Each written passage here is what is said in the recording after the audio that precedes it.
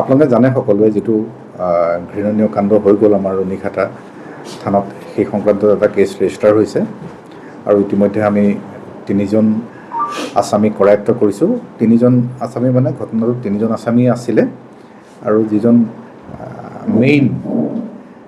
মূল আছামী নাছিৰুল শ্বেখ, তেখেতক আজি আমি আমাৰ তদন্তকাৰী বিষয়াই আমাৰ গেজেটেড অফিচাৰৰ নেতৃত্বত য'ৰ পৰা ঘটনাটো আৰম্ভ হৈছিলে সেই জেগা দেখুৱাবৰ কাৰণে আজি ৰাতিপুৱা তাত তদন্তৰ খাতিৰত গৈছিলে।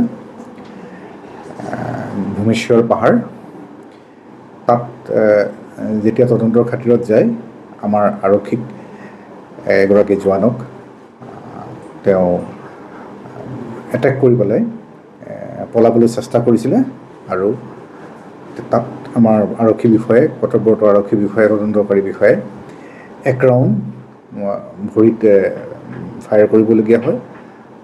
তাৰপিছত তাক আকৌ পুনৰ কৰায়ত্ব কৰি যেতিয়া সি ইনজিঅ'ৰ হয় তাক হস্পিটেললৈ লৈ আহিছে। ইতিমধ্যে আপোনালোকে গম পাইছে।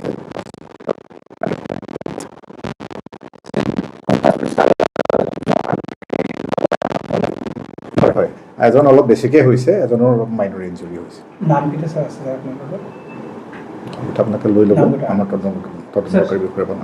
যিখন ঘৰত ঘটনাটো হৈছিল ভাড়াতীয়া ঘৰ, সেই ঘৰৰ বিৰুদ্ধে কিবা ব্যৱস্থা লোৱা হ'বনে নাই, যিহেতু সমাজবাসী বা ৰাইজে দাবী উত্থাপন কৰিছে?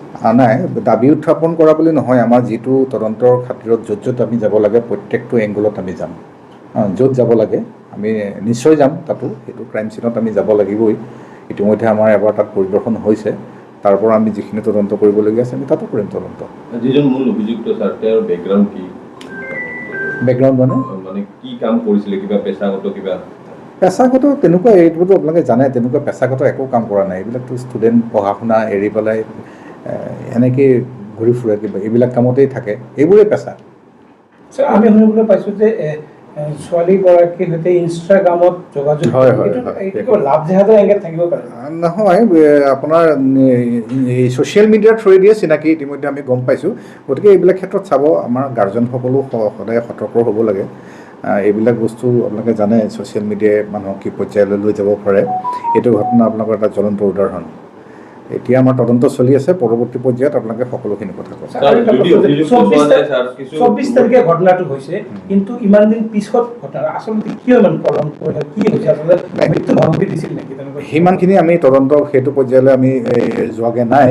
কিয় 24 তাৰিখে ঘটনাটো হোৱাৰ পিছত আমাৰ ইয়াত আহিছে, আপোনালোকে সকলোৱে জানে, পৰহি আমাৰ ইয়াত আহিছে কমপ্লেইনটো। আমি পৰহি অহাৰ পিছত আমি ততালিকে ব্যৱস্থা লৈছোঁ। কি পৰিস্থিতিত তেওঁলোকে ইমান দেৰিকৈ দিলে সেইটো আমি পিছত চাম।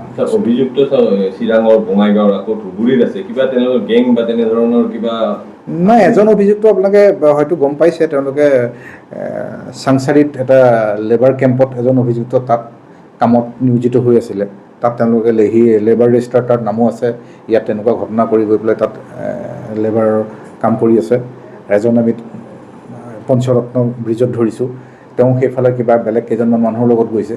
গতিকে এইবিলাক তেনেকৈ বিভিন্ন ধৰণৰ কামত যে এইটোৱে পাৰ্টিকুলাৰ এইটো জবতে আছে সেইটো তেনেকুৱা নহয়। য'ত যি সুবিধা পায় তেনেকুৱা কাম কৰে, তাৰ মাজতে এনেকুৱা অপকৰ্মবিলাক কৰে।